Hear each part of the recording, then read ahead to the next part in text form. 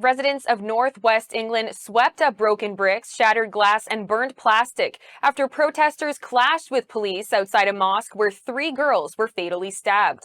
An angry crowd of several hundred hurled objects at riot police while setting garbage bins and vehicles alight, hours after a peaceful vigil for the girls. The children were killed during a Taylor Swift-themed summer holiday dance and yoga class when a teen armed with a knife entered the studio and began a vicious attack. Joining us from the UK to discuss the unrest is Jack Rowlett, UK commentator with Young Voices. Jack, thanks for being with us. Thanks for having me. Now, can you walk us through what we actually know at this point in terms of the person who carried out the attack and his motivation?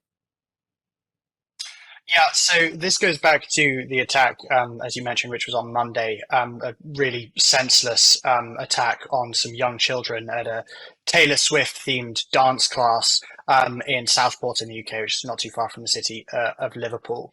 Now, on Monday evening, a 17-year-old boy was arrested in connection with those offences and is currently being held on suspicion of murder and attempted murder. Now, we don't know exactly what his motivation was at the moment.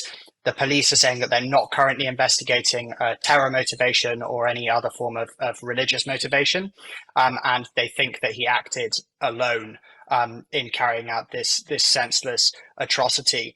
But what we saw last night, which you referenced as well, this rioting that took place in Southport, was essentially these thugs from far-right kind of white nationalist organization came from other parts of Britain, and they came to Southport and sort of hijacked a vigil for the young children that died. And there were then clashes between those thugs and the police. And it really comes back to there's been a lot of disinformation online and on social media about the perpetrator.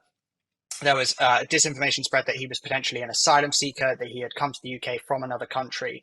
And this message was actually spread by some members of parliament in the UK. But actually, we know now that that isn't the case. We don't know that much about him, as I've said, but we do know that the suspect was born and raised in the UK. He's from Cardiff, is what we know. And it really goes to show how sometimes when this disinformation can spread on the internet, things can really get out of hand and you can have lots of violence occurring. And we can see the appalling scenes that we've seen last night. And can you walk us through just how prevalent knife crime is in the UK? Obviously, this is one instance, but there have been so many recently. Yeah, so this type of knife crime, this kind of spree-based attacks, is thankfully relatively rare. But knife crime in general has soared in the UK over the last 10 years. So it's almost doubled since 2014. Particularly in the UK's inner cities, there is a real problem with knife crime. There's a problem with gang crime, and it's related to big increases in drug crime that we've seen as well. And it's led to a real problem where people just don't feel safe in Britain's inner cities anymore. And there's a feeling that you can't rely on the police to be there when you need them, because the number of police officers in the UK have been cut so much, they're so overstretched, their budgets have been cut as well, that they're just not able to respond to lots of these crimes that are happening, and not able to carry out the preventative work that needs to take place in the first place to stop this from happening. So it really is appalling, and it's not just knife crime. It's lots of different types of crime in the UK. It's out of control, and people are just not feeling safe in the inner cities. And if you talk to people, if you listen to the people in this part of Southport where this awful crime happened on Monday, they would say that the area where they lived is a relatively normal area. It's not the type of place where you would expect a crime like this to happen.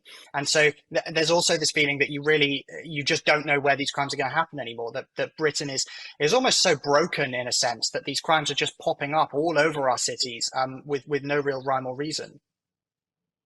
Now, you mentioned that knife crime has almost doubled and that the safer communities don't seem as safe anymore. Is the new Labour government looking to take any action to combat that knife crime or knife crime in general? Well, it's relatively early days for the new Labour government. They've only been in office for a few weeks. I know they do want to increase community policing. I think that's quite important because in the UK, where the cuts to police have been particularly seen, is the kind of officers that you would just continue to if you thought that there was a problem or you had concerns about a particular individual. Labour wants to put more money and resources into bringing back that kind of policing. And I think that will really, really help in that instance. Also, the other problem is we don't have enough prison capacity in the UK. Our prisons are full because we haven't built enough prisons.